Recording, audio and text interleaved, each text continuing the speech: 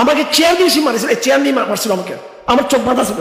সে একসময় দাঁড়িয়ে এত বড় করে, আবার দাঁড়িয়ে অনেক সময় ছোট করেন। এই গোয়েন্দা বাহিনীর দুর্ধর্ষ অফিসার, আমি জেল থেকে বের হয়েছি, উনি একদিন আমাকে দাওয়াত দিলেন। তখন তিনি ওই পদে বহাল এবং আরো সিনিয়র পদে গিয়েছেন। আমি একটা কিতাব নিয়ে গেছি তার কাছে, যে অফিসার কয়েক বছর আগে আমাকে চেয়ার দিয়ে পিটিয়েছে এবং তার সবচেয়ে কঠিন জিজ্ঞাসাটা আমি ছিলাম, আরো পুরো টিম সহ তার নেতৃত্বে।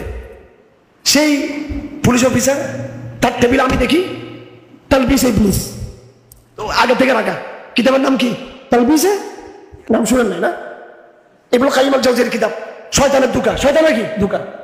তা আমি তাকে দিলাম, তখন রমজান মাসের কাছাকাছি ছিল, আমি তাকে দিলাম সালে আল মুনাজ্জাত, সম্ভবত লিখছেন দুলমলি নবজান, ওনার না কিতাবটা, হ্যাঁ শেখ মুসা জিবরিলের কিতাব, ওটা আমি তাকে আবার হাত দিয়ে দিলাম। তা আমাকে বলতেছে, হারুন সাহেব চা খাওয়াচ্ছে, কত আদর করতেছে আমাকে, আল্লাহর ভরসা করে।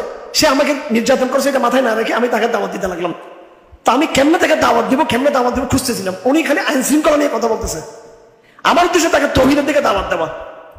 চাষকে জিজ্ঞেস করলো, হারুন সাহেব এটার মানে কি? তালবিস ইবলিস মানে?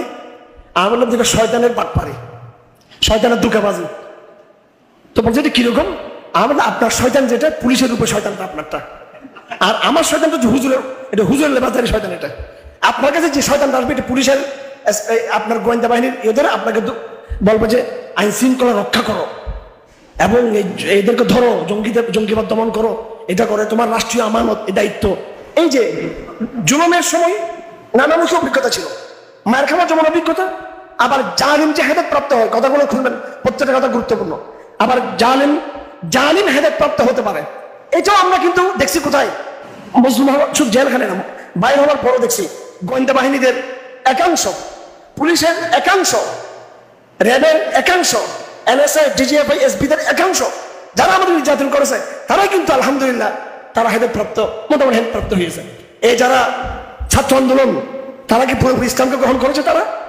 তারা কিছু আচরণ তাদের দেখা যাচ্ছে বিভিন্নভাবে, যেগুলো কিন্তু আমি এখন বলতে চাই না, তারা যেহেতু আমাদের সাথে সমন্বয় আছে, সেজন্য তাদের কিছু কিছু আচরণ ইসলামের পক্ষে যাচ্ছে না। ফ্রি ম্যাক্সিং, মেয়েরা কেন থাকবে? জুলুমের সময়, নির্যাতনের সময় আপনারা জানেন, এই আগের জুমায়, এটা ৪র্থ জুমা, একদম প্রথম জুমা থেকে আমরা স্পষ্ট কথা বলেছি। আপনারা খেয়াল করছিলেন না? এখানে আপনাদের সাথে উপস্থিত হয়েছে জামি ইসলামের পড়িয়া মাদ্রাসা, অনেক ছাত্র এখানে আছে। এই ছাত্ররা তারা আন্দোলন করেছে, তাদেরকে শিক্ষকরা কিন্তু তারা বারণ করছেন। সবাই বলছে তোরা সব গ্রেপ্তার হবি, সব ধ্বংস হবে। তাদেরকে কি কেউ বলছিল সেনাবাহিনী হাসিনা পতন হয়ে যাবে? তারা হিম্মত করে তারা পদে নেমেছে। তারা, এটা বিবেকের দায়, ইমানের দায়।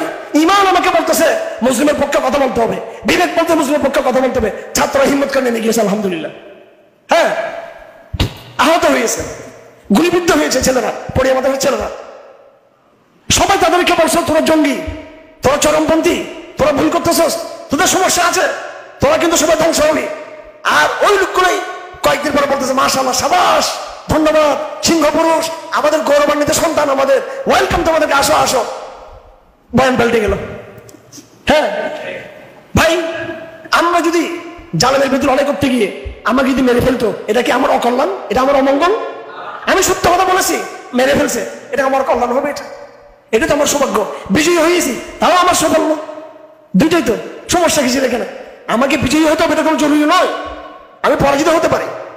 তো যাই হোক, আমার আজকে বক্তব্যের মূল মেসেজ হলো, অতীতে জুলুমের বিরোধিতা করতে গিয়ে আপনারা যেভাবে আলহামদুলিল্লাহ এই ঈমানের পরিচয় দিয়েছেন, এই বর্তমান সময়টাতে দাওয়াতের সুযোগ তৈরি হয়েছে আলহামদুলিল্লাহ। এই সময়টাতে আপনারা কি করবেন? সর্বোচ্চ আল্লাহর জমিনে আল্লাহর তাওহীদকে প্রতিষ্ঠা করার জন্য